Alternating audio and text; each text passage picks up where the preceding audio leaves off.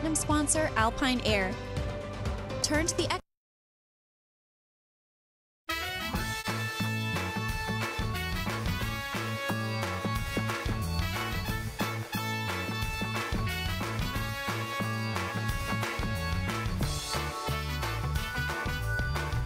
Happy Thursday, TV folks. Good to see you again. Quality local television. We'll be coming up shortly. In the meantime, you have Wake Up Wenatchee Valley, and I'm Dan Kuntz, your host. Thursday, 7th day of December, 2023. Very mild outside, 39 degrees. We're going to be in the 40s again today and tomorrow. And then things change. Snow Saturday night into Sunday, 2-3 inches right here in the Wenatchee Valley. Things are changing, a rather drastic shift in the weather pattern. The Pineapple Express is already working its way out here, but the warm air associated with that tropical moisture still hanging around. Forecast details, we always have that to lead off our festivities, if you will, plus news, plus sports. Really cool sporting event going to happen this weekend, Friday, Saturday, and Sunday at the Town Toyota Center. It's the inaugural Native American Classic. It's the brainchild of the athletic director of Wenatchee Valley College. It is 15 games spread out over 3 days. It's going to be really cool. If you're a basketball nut, this is the place to be this weekend. Eric Granstrom had a chance to visit with the good folks at Wenatchee Valley College, the athletic director, and a few of the players who will be participating in the first annual Native American Classic. Again, Friday, Saturday, and Sunday at the Town Toyota Center. We'll have that for you in the back half of the program. And it's Thursday. It's Paws for Pets. Nani the dog needs a home. We'll visit with our friends at the Wenatchee Valley Humane Society. We got a lot going on. Let's jump right to it. Our current cameras around the valley. Beautiful view from the Wenatchee Heights camera. Quite a bit of traffic, as you can see, on Sunset Highway as people are up and moving and getting on their way on this Thursday. Pretty light traffic, all things considered. This is a beautiful area we live in. I could just look at these cameras all day. How about the Cougar Ridge camera? Let's head over and see what the Otabashan Bridge looks like. Well, you can't see the bridge. You can see the cars.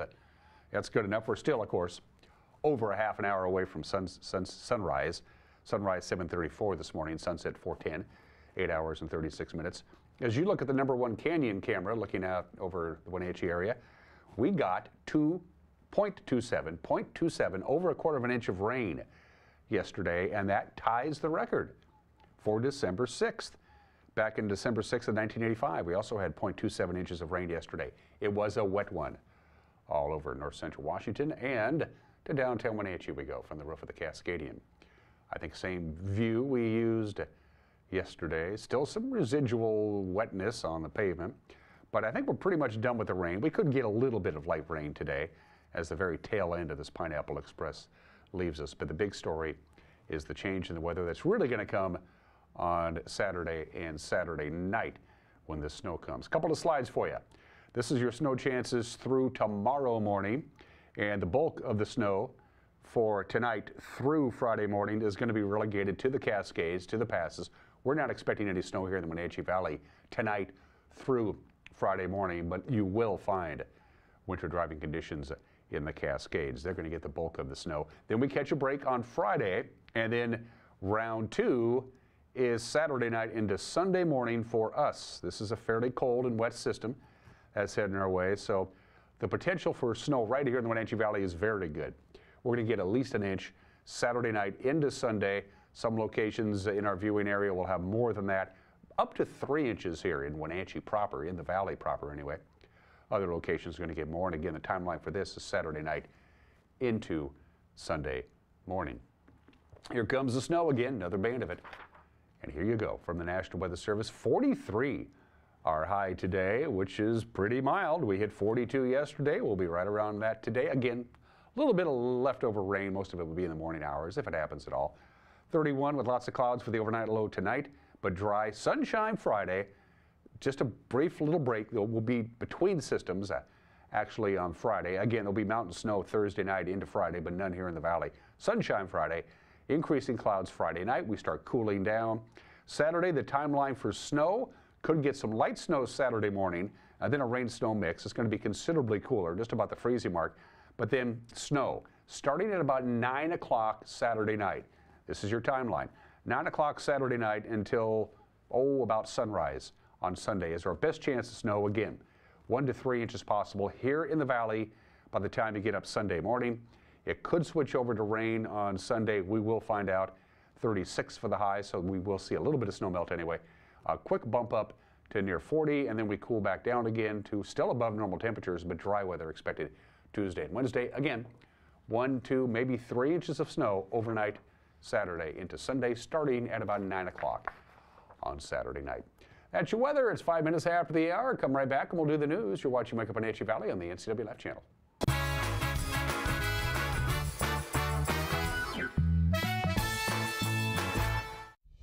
Introducing Alpine Airman. Because every home needs a superhero to eliminate poor indoor air quality, send inefficient operating equipment packing, and cut high energy bills down to size. For heating or cooling and equipment replacement, turn to the experts and the superheroes at Carrier and Alpine Air.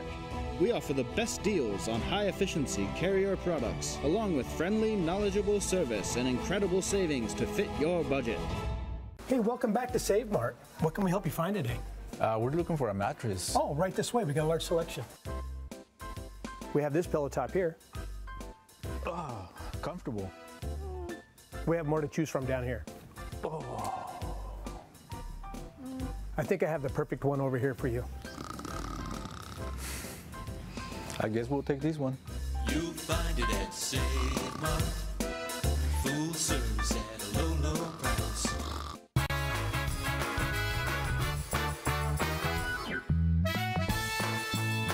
Not a bad morning, 39 degrees, lower 40s again today.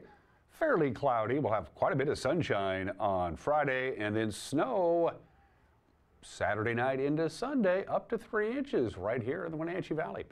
6 minutes after the hour, here is your news. The probe into last spring's standoff involving the East Cascades SWAT team and a rural Leavenworth man. Well, that report is now in the hands of the Chelan County prosecutor. He has to deal with it. Robert Sealby says he's going to be reviewing the materials that was turned over by the independent investigation team based out of Moses Lake, which was asked to review the case after an officer fired a rifle during the incident back on March 28th.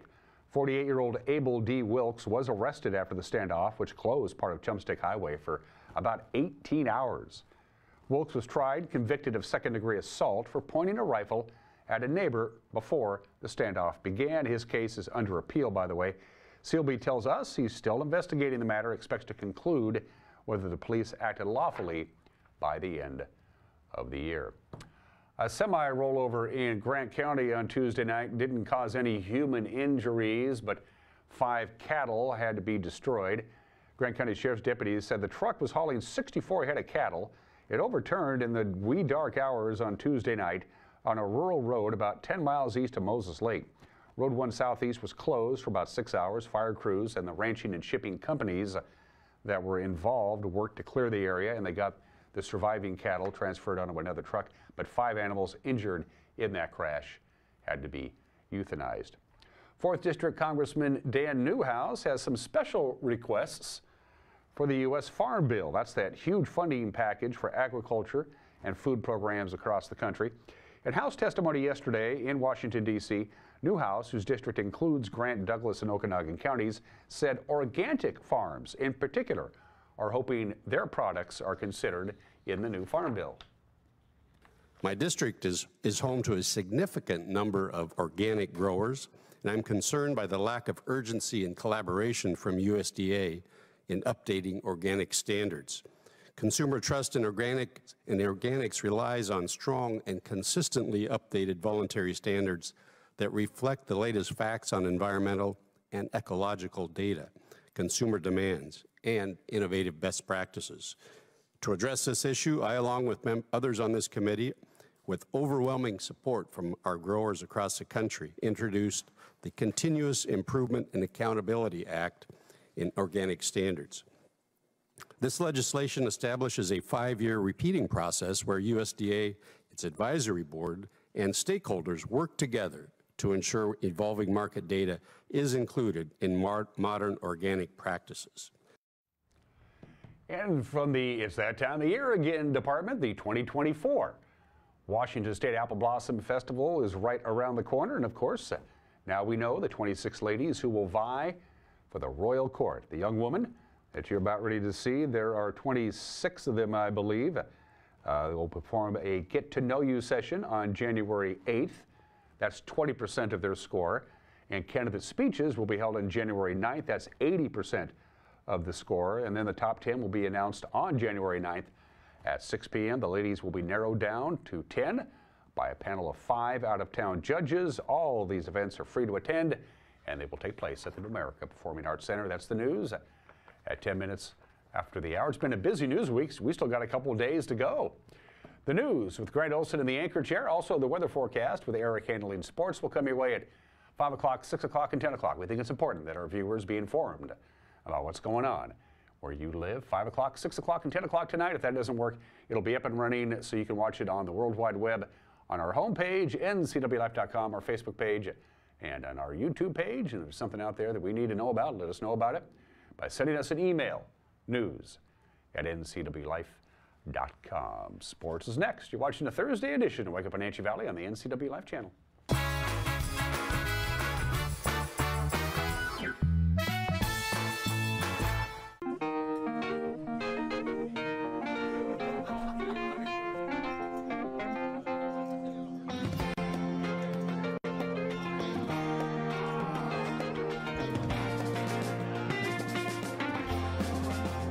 The Clearwater Saloon and Casino has the best Vegas-style games in East Wenatchee. Come enjoy yourself and discover the nightly action. Win big and meet new friends at the Clearwater Saloon and Casino. Global Car Care has the best customer service in the Valley. From the moment you walk in the door, their goal is to help you stay on the road, so you can keep doing what's important to you.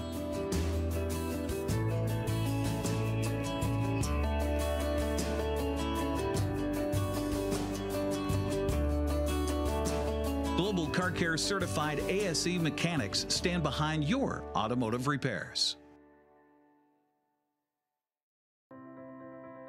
Now there are even more reasons to meet at the Pybus Market. Outdoor dining and tastings, the fabulous Farmers Market, Saturday artisans on the concourse, and your favorites all week long. No matter the reason, it's always time to meet at the Pybus Market. Pybus Market, where community meets.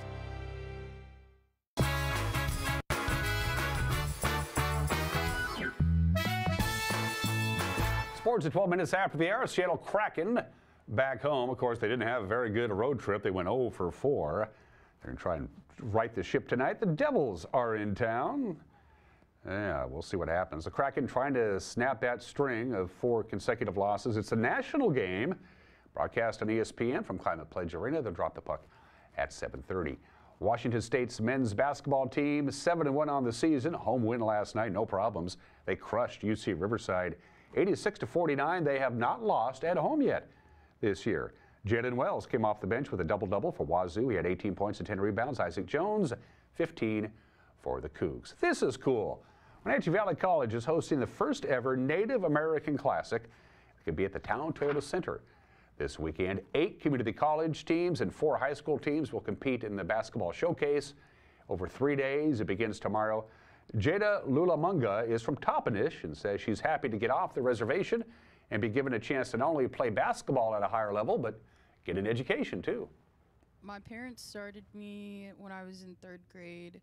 And I started in AAU at first, and I just kind of stuck with it throughout middle school and high school and just fell in love with it. And I'm grateful that I got the opportunity to play the next level, because it's not like really known for Native Americans to go to the next level. And yeah. Well, and let's talk about that too, because there are these, you know, misconceptions about the Native culture and about higher education and things like that, and the fact that you can use basketball to help you also get an education, that's got to be huge. Yeah, it is. And there's like I said, there's not a lot, so sure. I'm one of the natives that kind of like made it off the res in a way. As a result of that, are you a spokesperson for others as well to say, hey, you know, this is possible for you? Yes, they're on my high school team. There's another Native American that is actually playing in Walla Walla, so I'm like super glad she came out. That's awesome. Her name's Gwendolyn Dawes. Shout out. Shout out. Yeah. Matthew Vargas is not only the athletic director at Wenatchee Valley College, he also coaches the men's basketball team, and he says natives are often misconceived by society. Let's just call it what it is. There's a lot of stereotypes out there, and there's a lot of belief that young Native student athletes can't get it done in the classroom, or that they're going to want to go home, or what have you, and that's not always the case.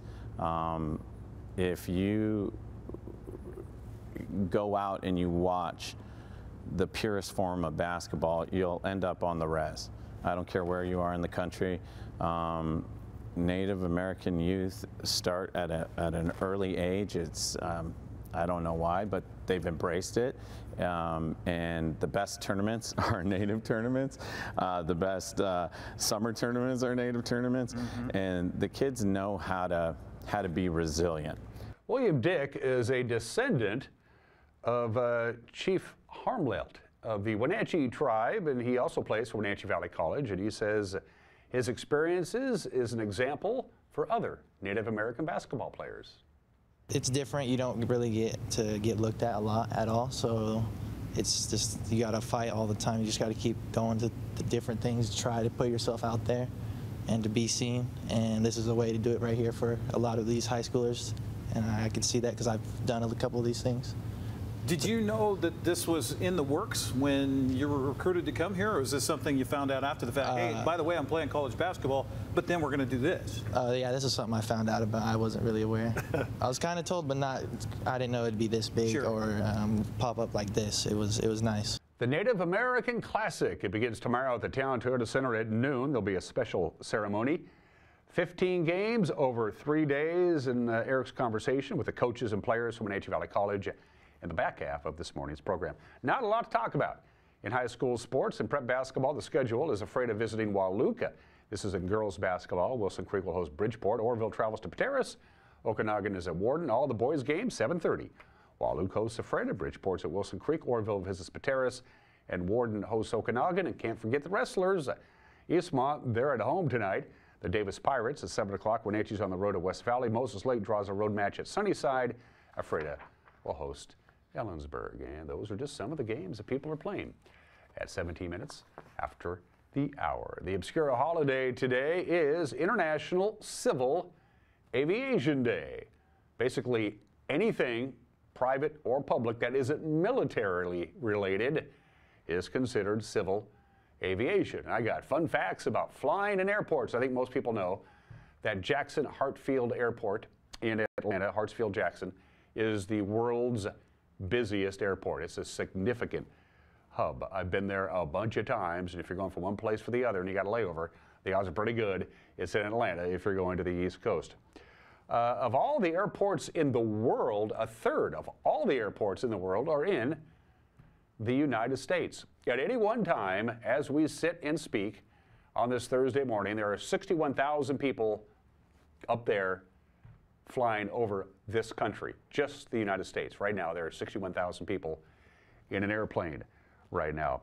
The longest nonstop flight on the planet is 18 and a half hours nonstop from Newark International Airport in New Jersey to Singapore. And they don't stop. It's 18 and a half hours. That's a long time to be in an airplane. Of course, airplanes are designed to be lightning resistant. The aluminum frame of the airplane, if it gets hit, the lightning energy is dispersed over the fuselage. That's what it's supposed to be. Co-pilots and pilots are given different meals from each other and different meals from what the passengers eat, just in case there's food contamination. It just makes sense. So pilots and co-pilots eat different meals from the passengers, and they eat different meals than the other. Makes sense to me. The majority of all commercial pilots are not paid by the hour or the week or the month. They're paid by how many hours they spend flying an airplane. That is the pay scale there. All international pilots must speak English. English is the international language for traffic controllers And pilots, if you're not fluent in English, you cannot fly internationally. And this may be the most fascinating fact of all. Only 5% of the world's population has ever flown in an airplane. There you go. Remember when flying used to be an adventure, a romantic adventure, getting on there? Now it's like, get on, get off. Next. 20 minutes after the hour. Today in history, states. I'll throw up the state flag and see if you can guess whose state flag that is. It's their anniversary today. Take a look at it. I'll give you a hint. It's state number 1. Happy birthday to Delaware, the first state to ratify the Constitution. So they get to be, somebody has to be number 1, and it's Delaware. By chance, their motto is right there on the flag: liberty and independence. Delaware, of course, is the second smallest state. It's only 100 miles from top to bottom, and it's only about 30 miles at its widest point. It only has 3 counties. In fact, Delaware is so small that the city of Wenatchee, not the Wenatchee Valley, all of it, but just the city of Wenatchee, if it was in Delaware, it would be the second largest city in Delaware. And Delaware has very liberal corporate tax laws, and so there are over 1 million corporations whose legal home is actually in Delaware. In fact, 63% of all the Fortune 500 companies, they are legally registered to be a company in Delaware, so they can take advantage of that. So there are about 1 million people in the state of Delaware, and there are about 1 million registered companies in the state of Delaware. Number 1, 236 years ago today. Mariano Rivera, of course, is still the first and only baseball player ever to be unanimously elected by the Baseball Writers Association to go into the Hall of Fame. But not really. It was on this date during the baseball meetings in the winter of 1939 when the Baseball Writers Association of America, knowing that Lou Gehrig was dying of amyotrophic lateral sclerosis, they just voted him in. They had a special election. There is no voting results. They just called up the Hall of Fame from Cincinnati and said, any objection if you just let Lou in so we could actually have a formal induction ceremony while he's still with it? So Lou Gehrig, really, all things considered, is actually the first player to be unanimously elected into the Baseball Hall of Fame, even though they never actually held a formal vote. They just said, you're in. Ironically enough, Lou Gehrig did not have a formal induction ceremony. He never made it to the Hall of Fame to be inducted before he passed away. That was on this date in 1939. Headline from the New York Times. 82 years ago today, the Imperial Japanese Navy, a surprise attack, of course, at our bases in Pearl Harbor in Hawaii. That's the headline from the New York Times. Here's the headline from, I believe, the Washington Post. Japan declares war against the United States. And from the Seattle Times, war extra blackout tonight. Of course, Japanese attacking Pearl Harbor put the entire west coast of the United States on edge because they were as close to the Imperial Navy as ever. Of all the battleships that were hit and sunk, all of them were raised and put back into service with the exception, of course, of the USS Arizona. 180 aircraft also destroyed. December 7th, 1941. December 7th, 1967. 56 years ago today, Otis Redding at the Stax Studio in Memphis, Tennessee, records his new composition called Sittin' on the Dock of the Bay. He recorded it on this date in 1967. Of course, it would go to number 1 in the spring of 1968. Otis Redding would not live to see that success. 3 days after Otis Redding recorded Sittin' on the Dock of the Bay on this date in 1967, 3 days later, he was killed in a plane crash. And that little whistling at the end of one of the greatest songs ever, he was going to write another set of lyrics and didn't get around to it. He figured, this is not the final product. I'll make a more polished version of this song later on. I got plenty of time. I'm very young. So he just whistled the final verse because he didn't have anything written yet. And that's the way the song was recorded on this date, 1967. And finally, December 7th, 1987, 36 years ago today. His name is David Burke. He was an airline cleaning specialist. He cleaned the airplanes between flights. He worked for Pacific Southwest Airlines, and on this date, in the morning of December 7th, 1987, his boss, Ray Thompson, the president of Pacific Southwest Airlines, fired David Burke for petty theft. But Ray Thompson forgot to take away his credentials, his employee badge. Yeah, David Burke took it home with him. He went home that morning, he got his .45 Magnum pistol out of his dresser drawer, loaded it, went back to the airport, knew that his boss, who just fired him, Ray Thompson, always took the same flight, Flight 1771 from Los Angeles to San Francisco every day. He bought a ticket, David Burke did, to Flight 1771. It was halfway between Los Angeles and San Francisco. When David Burke got out of his seat, walked to the front of the plane, confronted the man who fired him, Ray Thompson, and shot him once in the head and killed him. The first-class stewardess got up. Her name was Debbie Neal. She got up, tried to confront him. David Burke shot Debbie Neal once in the head and killed her. He then entered the cockpit. He shot the pilot once in the head and the co-pilot once in the head. And finally, one gentleman, Douglas Arthur, who was a pilot on that very airline company, but he was flying as a passenger, did his very best to get control of the airplane, get into the cockpit, confront David Burke. David Burke then shot and killed Douglas Arthur, and the plane crashed, and all 43 passengers and crew died. And birthdays. Harry Chapin would have been 81 years old today.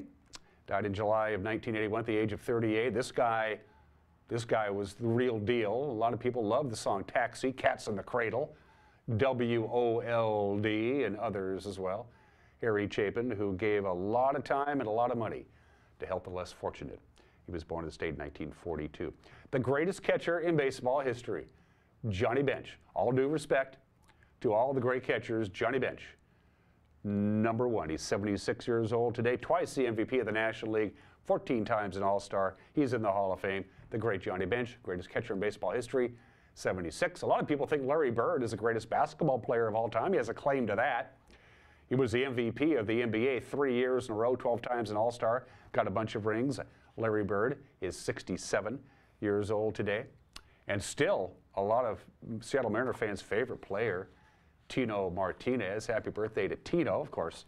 Also played for my Yankees and won a bunch of rings. Tino Martinez is 56 years old today.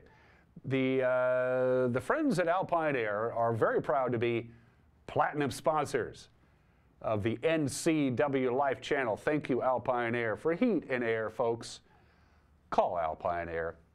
They know what they're doing. The inaugural Native American Classic is this weekend at the Town Toyota Center. Bunch of teams playing a bunch of games, 15 games in 3 days, including basketball all day on Saturday. Eric Granstrom talked to the organizers and some of the participants. We'll have that in the back half of the program, plus an opinion from Mike Mad Dog McNaughty. But first, Nani the dog needs a permanent home. It's Pause for Pets.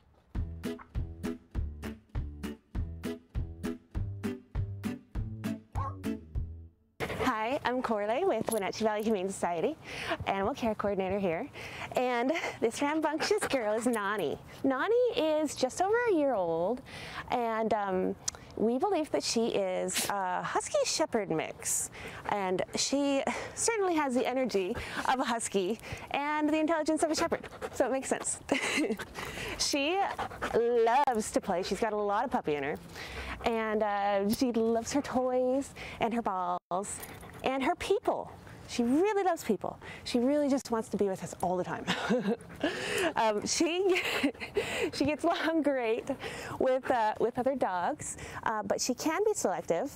Something that we tell people all the time when they come in here to meet our dogs is if they have another dog, we would love for them to bring them with them, because it's so important for every member of the family to make sure that they all get along. She came to us as a stray, I want to say about 3 months ago, and so we don't know a lot about her. Oh, you good girl. But she cracks us up, and we love her. And she really needs a home.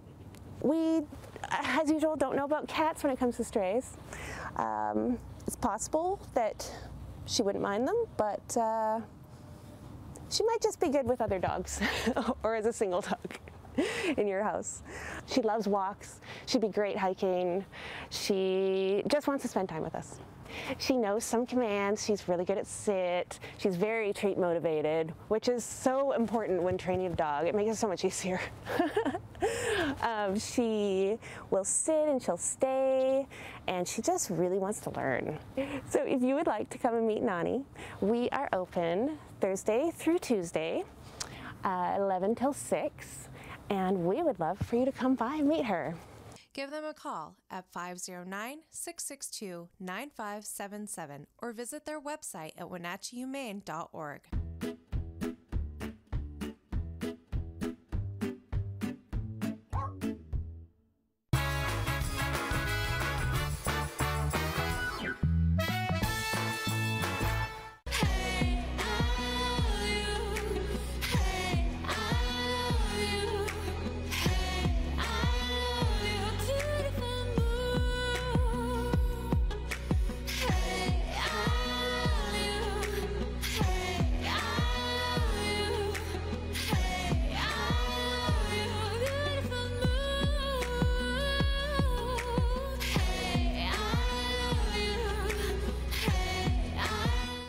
Imagine a science project being done on the kitchen table. Feel the excitement on Christmas morning as the kids race down the stairs to form memories that cannot be erased.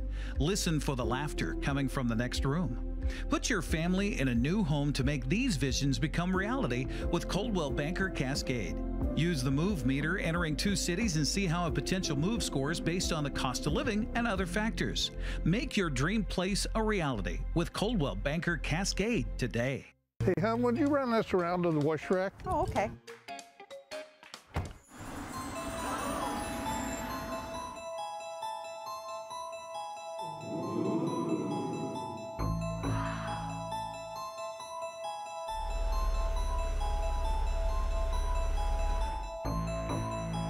Hey, hon, what happened?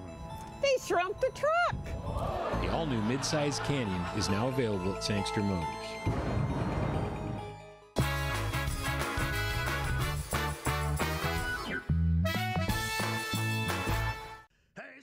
Mad Dog Magnotti, and everybody is entitled to my opinion. Now, there's an old saying, clothes make the man. Really? This seems kind of naive and prejudicial to me. Just because some guy is nicely dressed, does that mean he's a better man, a man of greater integrity and character than someone who's less well dressed? Now, granted, a person's outward appearance can sometimes be an expression of their inner personality. Actually, quite often, clothing-wise, that's the effect many people are after. But let's face it, just because somebody's dressed nice, it doesn't mean they are nice. Now, this is Mike Mad Dog Magnotti, and that's my opinion.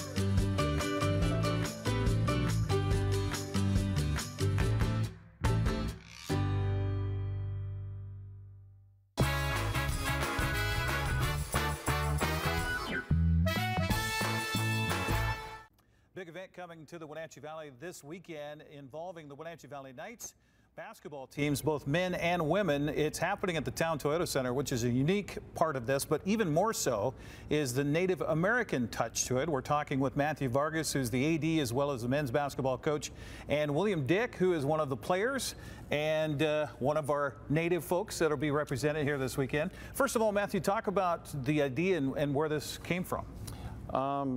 A lot of different post-secondary institutions that have athletic programs have some type of celebration for Native American culture. and have tournaments. But in Arizona, we started it with a youth, the junior college I was at. Shout out to Wenatchee Community College. We started it with the youth and had the different tribes come and play summer tournaments. And so, you know, we had Pasquayaki versus Wenatchee versus Gila River. And it was great fun, a lot of energy. And so we took it, we incorporated the college team down there. When I got the job at Grace Harbor College, we took it out there and had a lot of success with bringing a lot of the Quinault youth onto the Grace Harbor College campus. And now that I'm blessed to be here in Wenatchee, here at Wenatchee Valley College, I wanted to do this last year, but got the job a little bit late. So it's really exciting to have all the different colleges coming in. My colleagues and the other athletic departments around the state have been awesome. We have 7 colleges coming in. We have Northwest Indian College. But the cool part about it is we're achieving our ultimate goal as an institution, as an athletic department, and that we're getting to incorporate the high schools. We got Lake Roosevelt. That press that they run is no joke. It's going to be a lot of fun to watch them play. OMAC, you want to talk about fundamental power, just solid basketball. Will knows all about that. And then we have Hoquiam from the west side. My former assistant, who is Choctaw Blackfoot, he is now heading up that program. His son plays there, and they have a talented young group. And then, of course, we have DeSales. So we're going to have college athletes sitting, enjoying other games alongside Native youth and some young people from around the state. And I think just developing a kinship and learning more about each other is what we want to do. I think we're going to achieve that this weekend. William, you're from Welpinit? Yes, correct? from Welpinit, Washington. So talk about that culture for you and carrying that to this day and what that means to you. It means a lot to be just here in this place. It was like just the thought in my mind just to maybe come play college basketball. I never really pursued it, and Coach here gave me a chance. He was the only one who really took a bet on me, and it was probably his good choice for him. Very good choice. Talk about that. I mean, you were nodding your head, Lake Roosevelt and OMAC, and you're well aware of those programs and coming out of the high school, you know, and talk about that I don't know what it is, just the tough, hard-fought Native culture that adds to these athletic programs here in North Central Washington. Yeah, it's different. You don't really get looked at a lot at all, so it's just, you got to fight all the time. You just got to keep going to the different things, try to put yourself out there and to be seen, and this is a way to do it right here for a lot of these high schoolers, and I can see that because I've done a couple of these things. Did you know that this was in the works when you were recruited to come here, or is this something you found out after the fact? Hey, by the way, I'm playing college basketball, but then we're going to do this. Yeah, this is something I found out about. I wasn't really aware.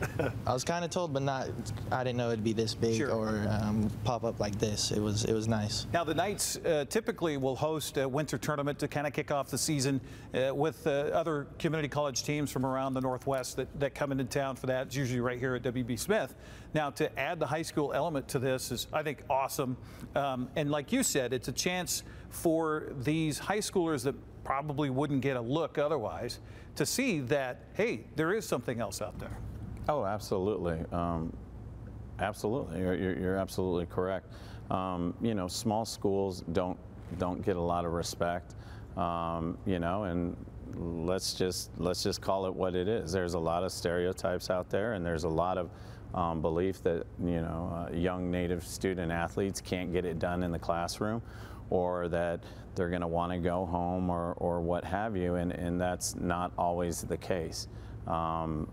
If you go out and you watch the purest form of basketball, you'll end up on the res. I don't care where you are in the country. Native American youth start at an early age. It's I don't know why, but they've embraced it. And the best tournaments are Native tournaments. The best summer tournaments are Native tournaments. And the kids know how to be resilient. And that's have to survive. Right? Yeah, and it's just I've always believed in working with underserved communities. And when I was down in Arizona and we first started that athletic program at Tohono Community College, they were worried that we could even produce a competitive team. Sure. And I was like, yeah, right. And Arizona Western College and Pima College both supported, you know, the vision and embraced us as a school, and we got the votes done. And then now, we were just down there in Arizona. When you go down there, every school now has 3 or 4 Native guys. You know, on the women's side, Pima Community College has, because they're our sister school right down the road from us, Todd Holdhouse has been to multiple Final Fours, multiple national championship games, and he does it off the back of, you know, the Native kids that can play. And so just this event to put college athletes with Native youth, and there's a lot to be learned on both sides of the coin. There's a lot that can be advantageous about this event. I've always said, you know, basketball is a tool, education is the goal. And like I said, I was just so thrilled with Dr. Harrison when he got here, and I visited him for the first time in his office. And I was going to talk about this tournament, and I looked up on his little dry erase board, and one of the top 2 things that he had on his office board was get up north, relationships, you know, in the northern counties, get up north. And I was like, all right, we can work with this. Well, and that's something to note too, is that Wenatchee Valley College has an OMAC campus. Yeah, absolutely. That's integral to what happens through this college. Absolutely, and I think, you know, things are changing here, and I think they're changing for the better. And I think we're going to see a lot more support for our OMAC campus. And through this process, you know, when we first approached the Colville Confederated Tribes, and I got to meet Megan Francis through my volunteer assistant coach, Braden Dragoo, the youth development program that they have has been waiting for something like this to where they could embrace it and help make this event their own. And so, you know, I can't, you can never speak for somebody else, but it's a platform, and I'm just really blessed that Megan Francis and her staff wanted to do this. It's going to be really amazing. The cultural aspect that we have with the dancers, the singers, the drummers. I'm excited for the land acknowledgement, and then we're going to have some of the elders teach a class on Saturday at 9 a.m. 1 p.m. and 5 p.m. to where all the teams are going to go and listen to a 40-minute talk and learn about this beautiful valley and learn about the Wenatchee Band. And I think that's priceless for all of us to understand and learn. So you want to talk about resilience, you want to talk about tough players, this is why, you know. So. You mentioned it, you alluded to it, let's talk about that. It's more than just basketball happening this weekend. Special opening ceremony on Friday night at the TTC. Tell us a little bit more about that. Yeah, you know, looking at things through a white lens, you know, I'm thinking, hey, we're just going to have this opening at 6 p.m. and Megan Francis and her staff called me and they go, hey, like, we want to do it at 12. And I'm thinking, well, all the teams aren't going to be here yet. Like maybe that's not a good time. And they were like, no, everybody needs a blessing, Vargas, you know? And again, what a great reminder, what a great eye-opener. I'm always learning, you know, and they're absolutely right. So at 12 o'clock, 12:30 is the first game. At 12 o'clock, there's going to be a prayer, blessing, land acknowledgement, and then again at 6.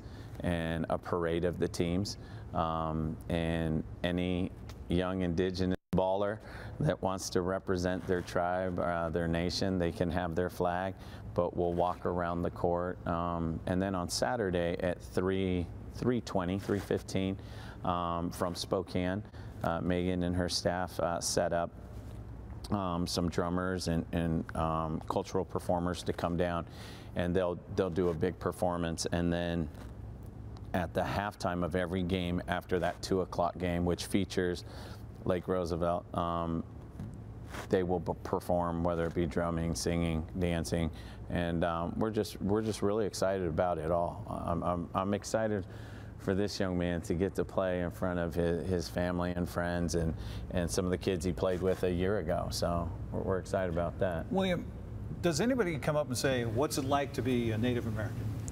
No, not all the time. Okay. But if somebody came up and said, what's that like? What's your life like? I'd say it's pretty crazy and all, but it's fun. I just do what I love to do, is play basketball. And how young were you when you were introduced to the game? Pretty young, but I did start late. It was like 6th grade I started, but I just picked it up super well. Was it through school, or was it through a program, or how did you start playing? Through Hoop Fest, actually. I just played in it. I just decided to play in it, and after that, I fell in love right there. Okay. Coach, tell me about this guy as a basketball player. It's hard to explain.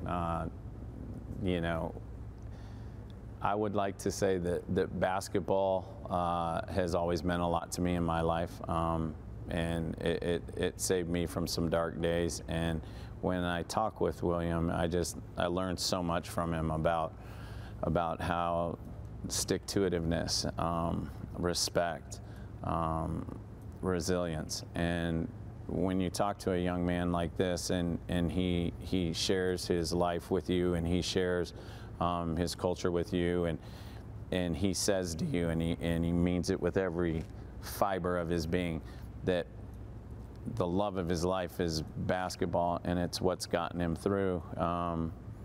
It's real.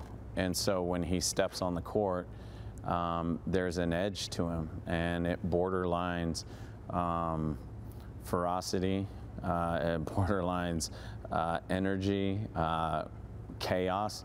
He is one tough cookie, and you'll see it all weekend long. He plays with a passion, and I just have a lot of respect for William, a lot of love for William. He knows that, and he's special. He's very special. Friday, Saturday, Sunday, Town Toyota Center. As Coach mentioned, starting at noon on Friday, special ceremony. You know, it's great that it's at the Town Toyota Center, because historically speaking, as far as the tribes are concerned, you know, that was probably a powwow central right there on the confluence of the Wenatchee and Columbia Rivers. Yeah, we need to bring a powwow to Wenatchee. We need to turn up. We need to embrace that and do whatever we can to help bring home you know, some of the tribes to this area and have a powwow. That would be phenomenal. Well, and on top of that, go Knights, right? Yeah. Go Knights. All right. We will take a break and come back, and we will talk to the female contingent of this wonderful weekend coming up. It's the Native Classic happening at the Town Toyota Center. Back with more after this here on the NCW Life Channel.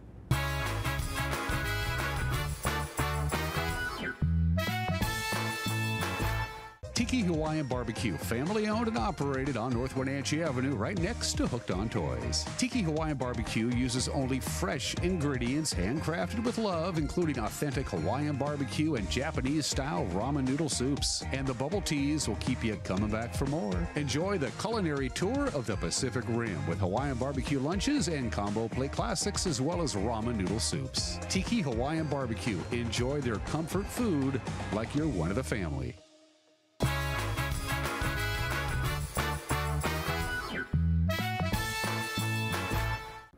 Well, back again here on the NCW Life Channel and talking about a big event happening this weekend at the Town Toyota Center. Involves the Wenatchee Valley Knights and the Lady Knights that we have here right now. It is the Native Classic, and we'll talk a little bit more about that. We have with us here, I just took my glasses off, now I'm going to need them again, Haley Dennison. We have Olivia Martinez down over there, and we have Jada Leah Lamunga. Did I get that right?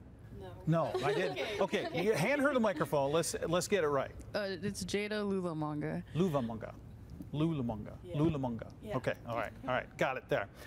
Ladies, first of all, thank you for being here. Coach, thanks for being here. We should mention, too, we've got their coach who is familiar with a native culture of another variety, because he is from down under. We've got Adam here. Australia? Yeah. Okay, I don't want to assume because it could be New Zealand. I don't know the accent, so. No, definitely Australia, yeah. How in the world did you end up in Wenatchee? Just fortunate, you know. A long jet ride? Long jet ride, the way, certain events went my way, and was blessed to get this opportunity to be here, so been a long time coming. Okay, here's a chance to throw your coach under the bus. How is it playing for this guy? It's really good. Yeah? I really enjoy it, and he gave opportunity to all of us. I really like it. I really enjoy it. Is it hard to understand some things he says if he gets excited? Yeah, sometimes we all have our inside jokes with him. Okay, all right, that's good, that's good.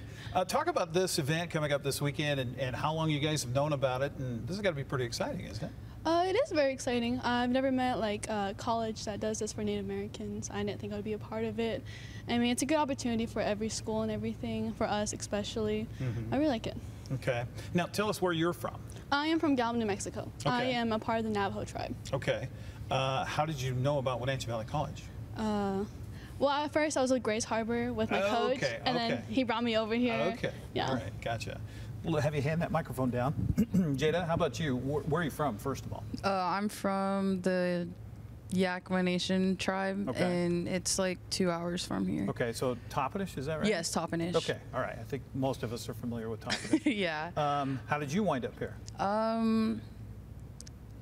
Honestly, I was supposed to play at YVC, but I got the opportunity to come over here and to play with Coach Adam, and I'm loving it here. So you played at Toppenish High School? I played at Yakima Nation Tribal Yakima School. Nation. Okay. Yeah. All right. It's weird because it's in Toppenish, but it's like representing the tribe. Yeah, so, absolutely. Yeah. Absolutely. And that's what, B basketball, correct? Yeah, 1B. Okay, okay. Now, we got Kashmir here, Yeah. right? Kashmir. So not much of a trek for you. No. But how did you learn about this program, and why did you choose Wenatchee Valley? Yeah, well, I knew that they were getting a new coach. I knew a player on this team, Zoe Brown, and she told me that they were looking for a player, and I'm like, oh, after Kashmir, I didn't play basketball for like 3 years, so she told me that they were looking for someone, and I'm like, okay, I'm down. And so I just came here, and I'm loving it so far. So That's awesome. Yeah. Go ahead and hand that microphone back this way, and I'll ask about, the fact, did you know that there were other natives that were on that part of the team? Was that part of the draw, or was it just, oh, hey, by the way, welcome to the tribe? No, I didn't really expect like other natives down here. I expected like different kind of races, but not Native Americans. But I'm very glad to be a part with them and everything, because usually when you're like Native American and out from somewhere else, you don't really know who to connect with, basically. Sure. Now, Matthew, the men's coach, was telling us about Native culture and basketball. Is that something that rings with you as well, as far as it being an early age thing, or when did you start playing basketball? When did you learn about basketball? I started learning when I was really young, like maybe under 10 years old. Okay. Because like on my reservation, res basketball is like our one way out, or cross country, other things. Because when you come out for your reservation to expect more things, you can do it, especially for young people now. Because I've seen opportunities every once in a while, but now it's hardly anything, or it used to be too. So I'm very glad to be here. Sure. Jada, talk about your experience as far as basketball, and when did that come into your world, and when did you know about basketball? My parents started me when I was in 3rd grade, and I started in AAU at first, and I just kind of stuck with it throughout middle school and high school, and just fell in love with it. And I'm grateful that I got the opportunity to play the next level, because it's not like really known for Native Americans to go to the next level. And yeah. Well, and let's talk about that too, because there are these, misconceptions about the Native culture and about higher education and things like that, and the fact that you can use basketball to help you also get an education, that's got to be huge. Yeah, it is. And there's like I said, there's not a lot, so I'm one of the natives that kind of like made it off the res in a way. As a result of that, are you a spokesperson for others as well, to say, hey, this is possible for you? Yes, there on my high school team, there's another Native American that is actually playing in Walla Walla, so I'm like super glad she came out. That's awesome. Her name's Gwendolyn Dawes. Shout out. Shout out. Yeah. Let's talk about this event this weekend from your perspective and having this cultural get-together that has such a native flow to it and feel to it. What does that mean to you? Honestly, it's great. When I was in high school, we did something similar to like, it was like an all-star game. It was also called the Native Classic. And we brought like all the natives from like all the schools around like my area and even farther. And yeah, we just played and got our own jerseys and everything. So what are you looking forward to most this weekend? Probably, I mean, playing in the Town Toyota Center is pretty cool. Yeah. It's almost like Sundome-ish, right? Yeah. Probably, definitely, just, I know it's like normal basketball games, to Pledge of Allegiance, but definitely seeing like the drums, dancing, all the different like Native American like experience, I guess you would say, that you wouldn't experience during like a regular 3-day tournament is something I'm looking forward to the most. Jada, how about you? What are you looking forward to this weekend the most? Hopefully getting a dub for both games. I wasn't going to bring that up. I had to. A little struggle so far this season, but that's changing. That's going to change this weekend. For sure, for sure. Yeah. Mine for me, the ceremonial, because I have not felt like home in a while, like listening to the music and like seeing other Native Americans, besides these guys. Right. But like feeling at home again is very exciting. Mm-hmm. That's awesome. Well, thank you for taking the time. I know you're going to enjoy this weekend. We hope to get a few other people out there to put the eyes on it, not just some great basketball, but also the cultural exchange that's happening too. So best of luck this weekend. Thank you. All right, there you go. It's a Native Classic happening Friday, Saturday, Sunday at the Town Toyota Center. Find out more. They've got all the schedule on the NWAC. You can go to Wenatchee Valley College's site too, wvc.org, and find out more about the Native Classic happening this weekend at the Town Toyota Center. I'm Eric Grandstrom on the NCW Life Channel.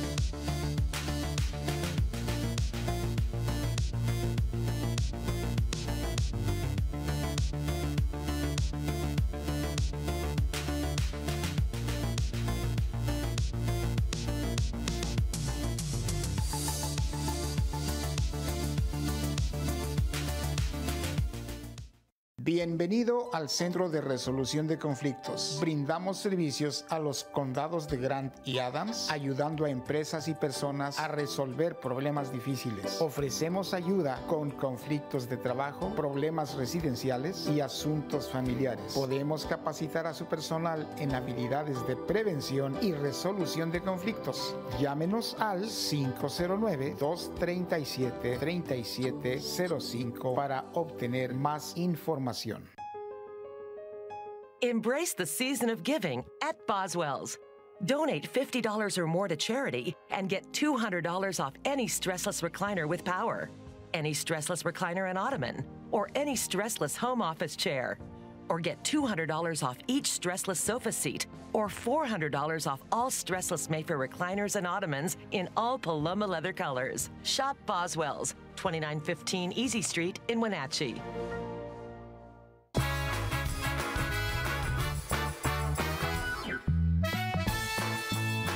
Once again, that's going to be a good time, this the inaugural Native American Classic. It's going to be a good time.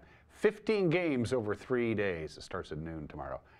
Go to the Town Toyota Center's website and get your tickets. Tickets are just $10 for adults and $5 for kids. That's a lot of basketball. 39 degrees, I just checked here.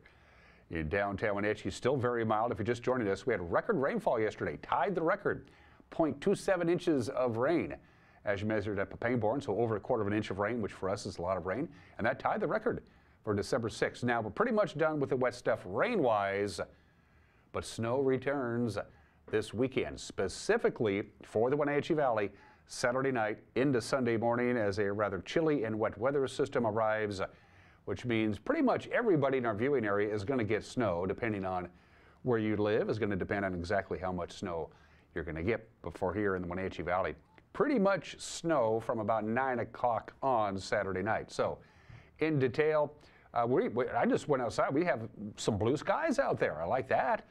43 for our afternoon high, 31 for the overnight low tonight. Sunshine Friday. It'll be nice to see that again. I have about 40. That's well above normal. And then Saturday, the timeline for snow. Saturday, early evening into Sunday morning, about 7 or 8 a.m. Up to 3 inches of snow right here in the big city. And that's it for us. We'll see you tomorrow. Bye-bye.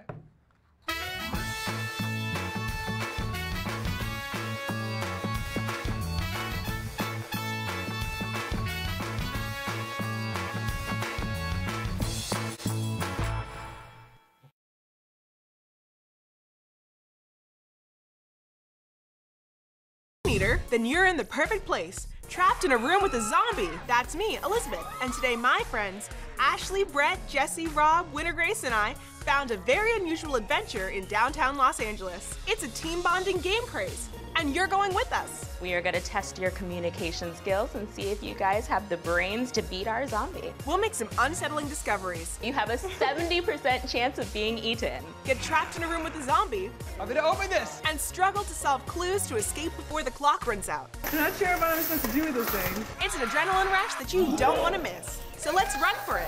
We don't have much time. Oh, Winter got it, Winter. You're not my type. That's what we do. Welcome to Elizabeth Stanton's Great Big